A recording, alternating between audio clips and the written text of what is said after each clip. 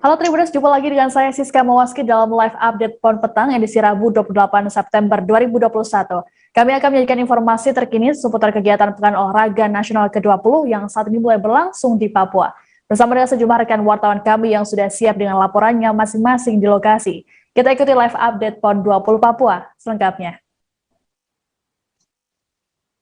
Kita awali informasi pertama. Final cabang olahraga dayung di PON 20 Papua telah digelar di Teluk Yoteva, Kota Jayapura pada Rabu 29 September. Ada 5 nomor yang dipertandingkan dalam kegiatan tersebut, yakni Men Kayak for 500, Women Kayak Single 500, Women Kayak Double 500, Women Canoe Double 500, dan Women Kayak for 500. Sejumlah kontingen pun telah berhasil mendapatkan medali dalam partai final ini. Lantas seperti apa keseruan final cabur dayung tadi? Sudah ada rekan kami dari Watakota, Rafsan Zani, yang akan melaporkannya untuk Anda. Halo, selamat malam Rafsa. Ya, selamat malam Siska. Rafsa, bisa dilaporkan seperti apa perlombaan final dayung nomor kayak dan kano 500 meter putri tadi? Ya, terima kasih Siska. Memang tadi di Teluk Yoteva final diselenggarakan sejak pukul 15 waktu Indonesia Tengah. Dan keseruan di sana memang sangat luar biasa. Karena provinsi yang masuk ke partai final juga menurunkan atlet terbaiknya. Dan saya akan mulai dari kayak single 500 meter putri, di mana ada Papua, ada Riau, ada Sulawesi Barat, ada DKI, ada Jawa Tengah, dan Sumatera Selatan yang bersaing di partai final. Namun di kayak single 500 meter putri, medali emas diraih oleh tuan rumah Papua bersama atletnya Stefani Maske Ibo dengan antrean waktu 2 menit 7 detik 536 second. Kemudian di medali perak di posisi kedua diraih oleh atlet dari Riau, yang mana atletnya bernama Raudani Fitra dengan torehan catatan waktu menyentuh garis finish 2 menit 12 detik 293 second. Sementara di posisi 3 ada Sulawesi Barat dengan atletnya yang bernama Ramla yang hanya selisih waktu 2 detik. Kemudian di kayak double 500 meter putri, pesertanya ada Papua, ada DKI Jakarta, ada juga Jawa Barat, kemudian ada juga Kalimantan Selatan, Jawa Timur, serta Kalimantan Tengah. Dan di kayak double ini memang sangat seru sekali karena Papua yang tidak diunggulkan berhasil mencapai garis finish tercepat dan meraih medali emas, di mana atletnya di sana ada Dorsila Kumbubui serta Siome Ale Dayane, di mana mereka mencatatkan waktu 2 menit 99 second di garis finish. Sementara di posisi kedua peraih medali perak ada atlet dari DKI Jakarta, dan di posisi ketiga ada atlet dari Jawa Barat yang berhak meraih medali perunggu. Kemudian di kano double 500 meter putri, kali ini dimenangi oleh Jawa Barat, di mana Jawa Barat bersama atletnya yaitu Nurmeni dan Rati berhasil menjadi tercepat dengan torehan waktu 2 menit 13 detik 943 second. Sementara di posisi kedua ada atlet dari tuan rumah Papua yang menurunkan atletnya Batseba dan juga Sela Olse, hanya terpaut 3 detik dari peraih medali emas. Sementara di posisi ketiga ada Jambi, di mana ada Devita dan Rizka di sana, dan hanya selisih 4 detik dari peraih medali perak Papua. Sementara itu partai yang sangat seru yang tadi tersaji yaitu di kayak power 500 meter putri, di mana DKI Jakarta berhasil meraih medali emas, di mana tadi ada sangat momen-momen yang memang luar biasa, di mana DKI Jakarta dari posisi ketiga tiba-tiba langsung melejit untuk mengejar tuan rumah dan juga Jawa Barat, dan akhirnya berhasil finish tercepat, di mana atletnya di dalamnya ada Cinta Prien Diska, kemudian ada Iin Rosiana, kemudian ada Ayuning Tika Vihari, serta Melati Fajar Ningrum, di mana keempat atlet dari DKI Jakarta ini mencapai finish dengan torehan waktu 1 menit 49 detik 923 second. Kemudian di posisi medali perak ada atlet dari Jawa Barat, di mana hanya selisih sedikit saja, di mana atlet Jawa Barat tadi mencapai garis finish dengan catatan waktu 1 menit 50 detik 871 second. Kemudian di posisi ketiga peraih perunggu ada Papua dengan catatan waktu 1 menit 51 detik. Dan partai yang cukup cukup berimbang juga tersaji di partai final kayak POR 500 putra, di mana atlet dari Jawa Barat berhasil keluar sebagai pemenang, di mana di dalamnya ada atlet nasional juga, yaitu Andri Agus Mulyana, kemudian ada Indra Hidayat, dan ada Chandra Destia serta Erik SAF, di mana mereka mencapai garis finish sebagai provinsi tercepat dengan catatan waktu 1 menit 33 detik. Kemudian di posisi kedua ada atlet dari Provinsi Kalimantan Selatan yang meraih medali perak dengan catatan waktu 1 menit 34 detik. Dan di posisi Papua hanya selisih 1 detik lagi, mereka berhak meraih medali perunggu. Seperti itu, Siska. Oke, berdasarkan raihan yang dicapai oleh para pemain tadi, seperti apa tanggapan mereka, Rafsa? Ya, terima kasih, Siska. Memang tanggapan cukup beragam tadi diraih oleh ataupun disebut oleh para atlet yang baru saja memenangi medali emas. Seperti di kayak POR 500 putra, ada atlet yang menyumbangkan 2 medali emas termasuk di sini, seperti Andri Agus dan Indra, di mana sebelumnya mereka juga meraih medali emas khusus di cabang olahraga nomor kayak double putra 1000 meter, dan kali ini mereka bisa membantu rekan-rekan setimnya di kayak POR 500 putra untuk meraih medali emas, dan ini merupakan raihan medali emas kedua bagi yang mereka sumbangkan untuk Jawa Barat. Dan sementara itu untuk Stefani sendiri, kayak single 500 meter putri, atlet dari Papua, mengatakan bahwa ini merupakan medali perdana bagi Papua dan dirinya bersyukur bisa memberikan medali emas untuk Papua lewat cabang olahraga dayung, dan berharap di nomor selanjutnya Papua juga bisa meraih prestasi yang sama. Sementara itu hal yang menarik disebutkan oleh Ayuning, atlet dari DKI Jakarta, di mana ia dan 3 rekannya berhasil mencapai garis finish meraih medali emas di kayak POR 500 meter putri. Ayuning tadi sempat mengatakan bahwa dirinya hanya fokus ingin mencapai target ketika ia dan rekan-rekannya tertinggal, sehingga mereka langsung melejit cepat untuk mengejar Papua dan juga Jawa Barat dan berakhir di finish yang pertama dan meraih medali emas. Seperti itu keseruan yang tadi tersaji di laga final cabang olahraga dayung, Siska. Baik, terkait dengan informasi ini, jurnalis kami juga sempat melakukan wawancara dengan sejumlah atlet peraih medali emas di cabang olahraga dayung. Berikut adalah tayangannya. Aduh, senang banget soalnya ini hari yang ditunggu-tunggu setelah latihan bertahun-tahun dengan program yang cukup melelahkan yang buat bener-bener udah nggak fokus apa-apa, fokus sama PON ini. Dan alhamdulillah dengan kerja keras yang kemarin kita latih tiap hari, semangat tiap hari yang kita udah kerjakan, membuahkan hasil di sini. Mbak, tadi sempat tertinggal dari tuan rumah di awal race, kemudian bisa menyusul dan menjadi tercepat. Itu ada motivasi apa tadi, Mbak, di tengah perjalanan? Kalau dari saya pribadi, saya cuma inget target sama pokoknya malu soalnya juga udah berumur di sini, udah paling senior. Harapannya dengan meraih medali emas di sore ini apa, Mbak, untuk nomor selanjutnya? Harapan saya sih semoga ini bukan akhir dari perjuangan dan bukan akhir dari dunia perdagangan saya di sini. Semoga nanti bisa kedepannya ikut seleksi, ikut pelatnas dan lebih menjejang event yang lebih tinggi dari ini lagi. Saya sangat bangga, saya berterima kasih buat semua masyarakat Papua yang telah mendukung kami tim dayung dengan doa. Semoga kedepannya masih ada Tuhan baik.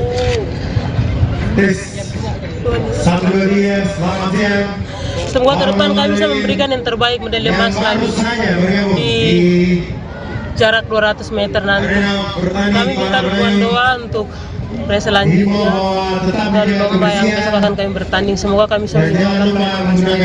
Terima kasih untuk seluruh masyarakat Papua yang telah mendukung kami dengan doa. Terima kasih.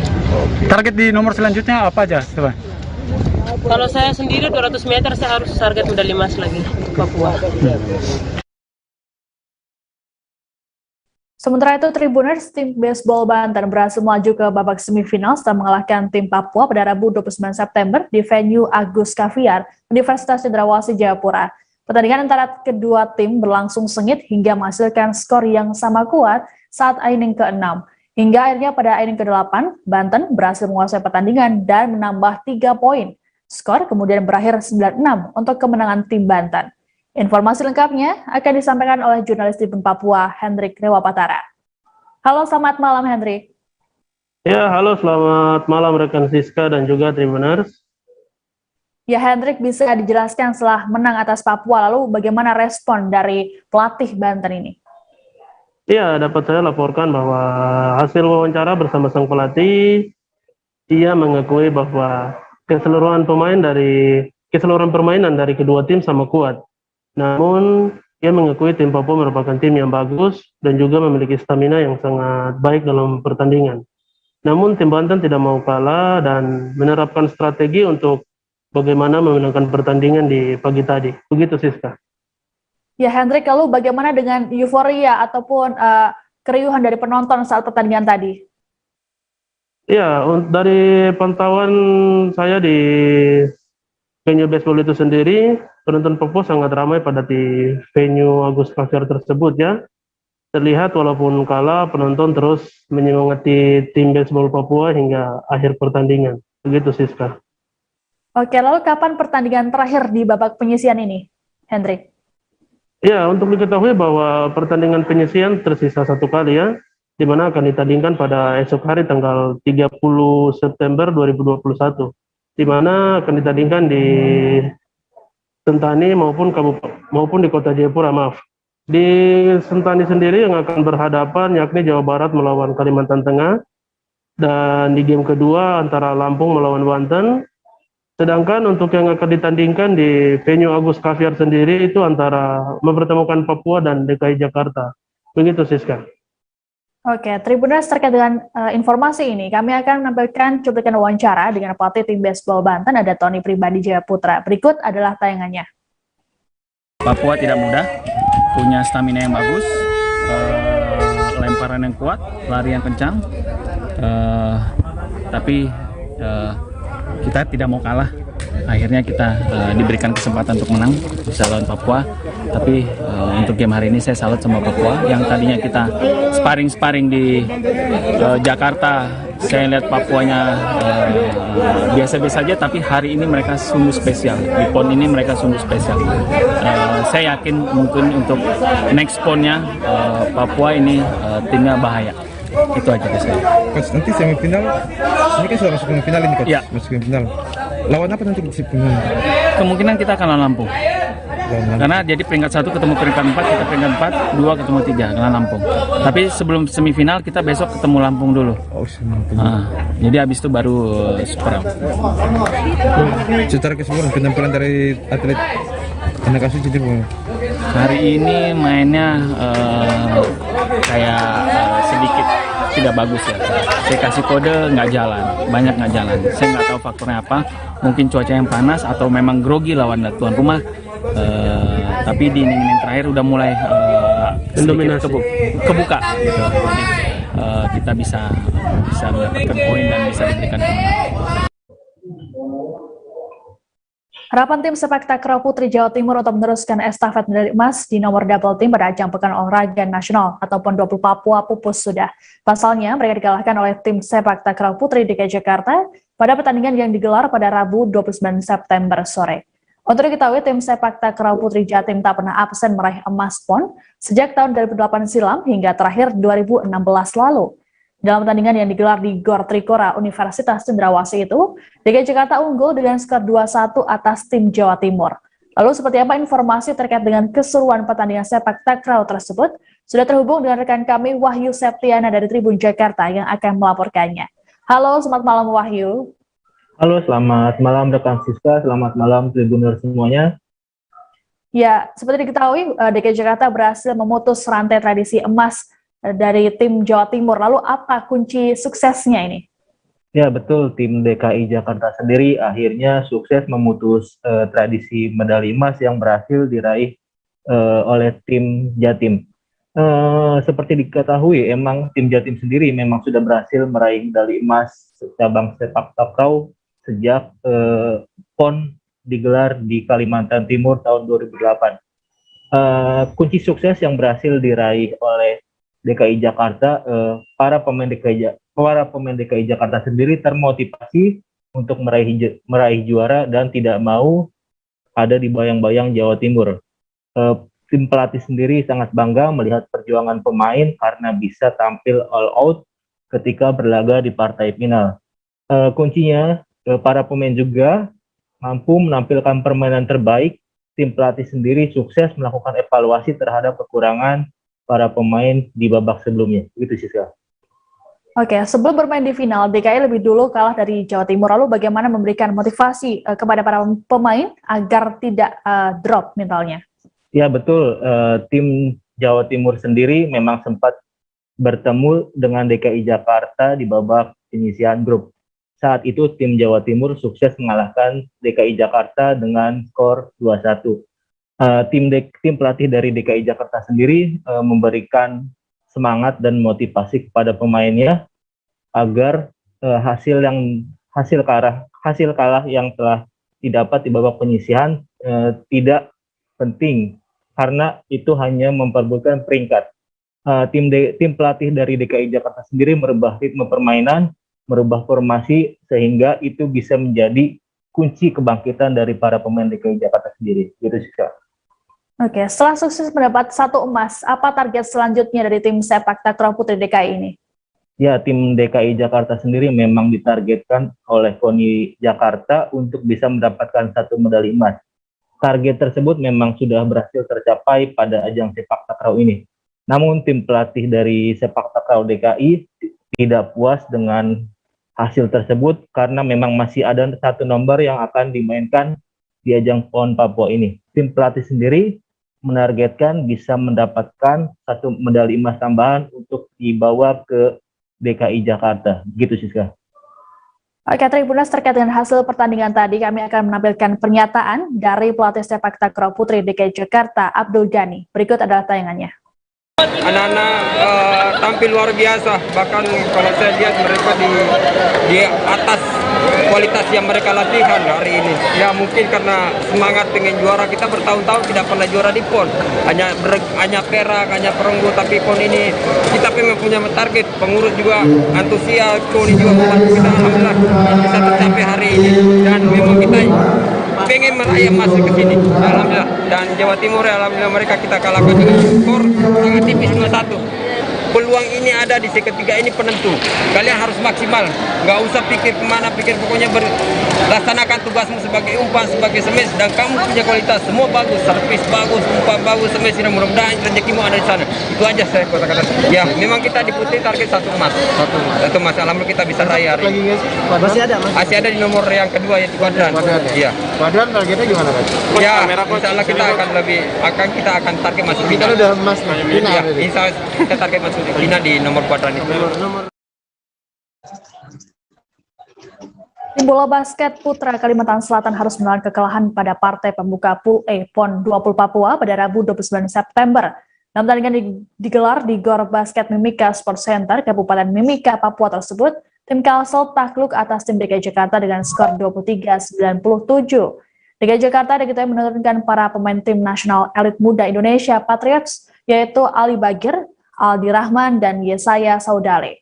Ali Bagir menjadi pemain dengan penampilan terbaik di DKI Jakarta dengan membuat 15 poin, 4 rebound, dan 3 assist. Informasi lengkapnya terkait pertandingan ini akan disampaikan oleh jurnalis Banjarmasin Post Amirul Yusuf yang akan melaporkannya untuk Anda. Halo, selamat malam Amirul.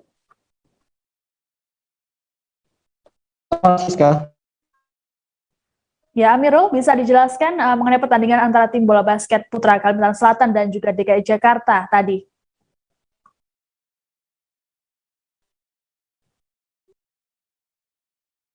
Oke,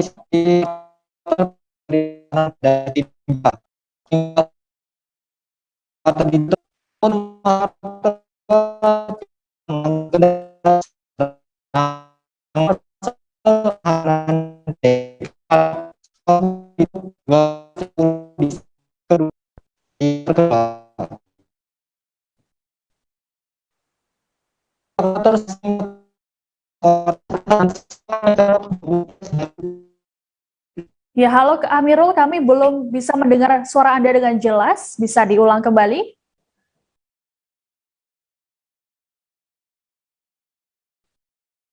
Ya, nampaknya kami memiliki gangguan sinyal dengan wartawan kami di lapangan. Ya, Tribuners, terkait dengan hal ini, jurnalis kami tadi juga sempat melakukan wawancara dengan pelatih tim basket Kalimantan Selatan, Adam Mandris. Informasinya akan kami sampaikan langsung untuk Anda. Yang jelas ini game pertama, habis itu euforianya juga masih ada demam paru dan sebagainya. Tapi yang jelas oleh kami akui secara kualitas DKI memang lebih jauh dari kita, dan pertahanan kami hari ini tidak seperti yang kami harapkan, makanya margin skor bisa sampai sejauh itu. Di quarter pertama kita masih bisa mengejar kompetitif. Tapi perubahan di DKI, mereka juga tembakan mereka yang jelas lebih masuk di babak-babak selanjutnya, sedangkan kita banyak menembak tapi juga tidak banyak masuk. Menghadapi pertandingan berikutnya ketemu Jateng, gimana Jateng? Yang jelas kita akan perbaiki pertahanan. Yang selanjutnya akan lebih memacu mental anak-anak untuk menghadapi game kedua.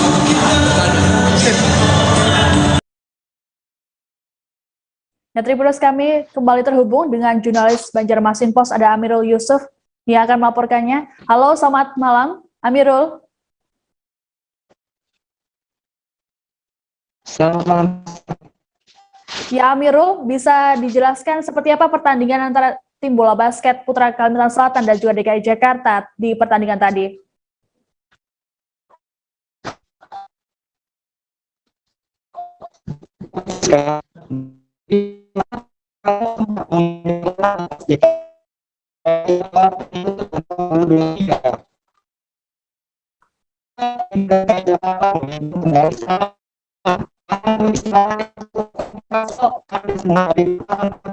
Halo Amirul, kami belum bisa mendengar suara Anda dengan jelas. Koneksinya ini. Halo, apakah ini kedengeran? Ya, bisa dijelaskan kembali seperti apa jalannya pertandingan tadi antara tim Kalimantan Selatan dan juga DKI Jakarta di PON Papua? Oke, Siska. Di kuarter pertama, tim Kalsa memang sempat memberikan perlawanan atas tim di hingga kuarter pertama ditutup. Namun memasuki kuarter kedua, tim akan skor pun ditutup dengan 50. Begitu selanjutnya dengan kuarter keempat, tetap menjadi milik DKI Jakarta. Laga pun ditutup dengan skor 23-97. Siska. Ya, Amirul, kami masih belum bisa mendengar jelas suara Anda, tapi kami akan mencoba kembali bertanya. Lalu bagaimana Kalsel dalam melihat persaingan di Pool A ini? Oke, Kalsel tergabung di grup neraka ya bersama DKI Jakarta, Jawa Barat, Jawa Tengah, dan Banten.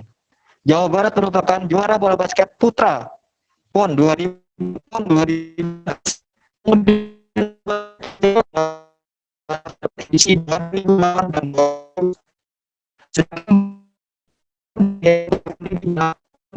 Ya, halo Amirul, kami masih belum bisa mendengar suara Anda jelas.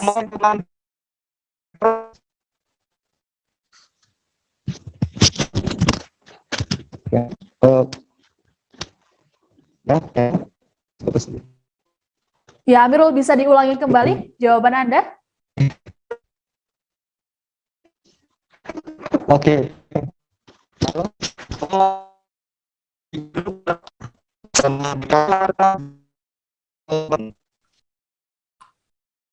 Ya, baik, nampaknya kami mengalami gangguan sinyal dengan wartawan kami di lapangan.